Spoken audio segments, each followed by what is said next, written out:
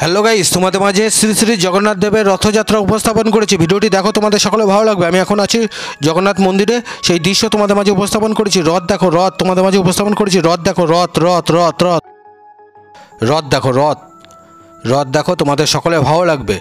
রথের দড়ি বা রশি টানলে পুণ্যি হয়, আমরা সে কথা সকলেই জানি। বা রথ দর্শন করলেও পুণ্যি হয়, সে কথা আমরা সকলেই জানি। প্রথা অনুযায়ী আমরা মেনে আসছি, আগামী দিনগুলোতেও মানব, মেনে চলবো, এটুকুই আশা রাখি।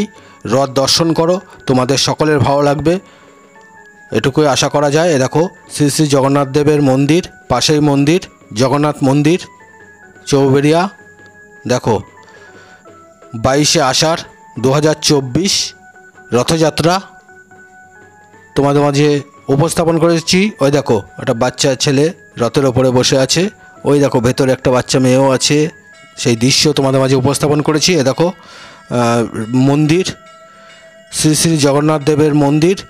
এখানে নিত্য ভোগ হয়, চ্যাটার্জি পরিবার সব এ দেখো বসে আছে, বাড়ির অভিভাবক অভিভাবিকা সকলেই আছে। এ দেখো মন্দির, এখানে নিত্য ভোগ হয়, জগন্নাথ দেব থাকেন, সেই দৃশ্য সেই মুহূর্ত তোমাদের মাঝে উপস্থাপন করেছি। এই দেখো মন্দিরের ভেতরের দৃশ্য তোমাদের মাঝে উপস্থাপন করেছি। আশা করি ভিডিওটি তোমাদের সকলে ভালো লাগছে, মন ছুঁয়ে যাচ্ছে। এরকম নিত্য নতুন ভিডিও তোমাদের মাঝে উপস্থাপন করব, এটুকুই আশা রাখি। ওই দেখো বাচ্চা ছেলে রথের ওপরে, দেখতেই পাচ্ছ সেই দৃশ্য। এই দেখো রথ, দেখো রথ। হ্যালো গাইস, ভিডিওটি তোমাদের সকলে কেমন লাগছে তাই বলো, ভালো লাগছে তো? এই দেখো মন্দির, শ্রী শ্রী জগন্নাথ দেবের মন্দির, এটা মন্দির জগন্নাথ মন্দির।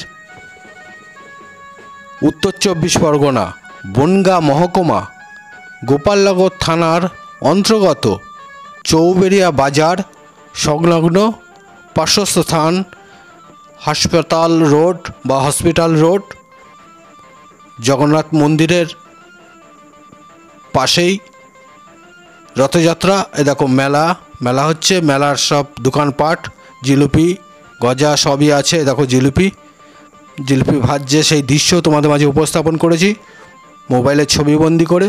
আশা করি ভিডিওটি তোমাদের সকলে ভালো লাগছে, মন ছুঁয়ে যাচ্ছে।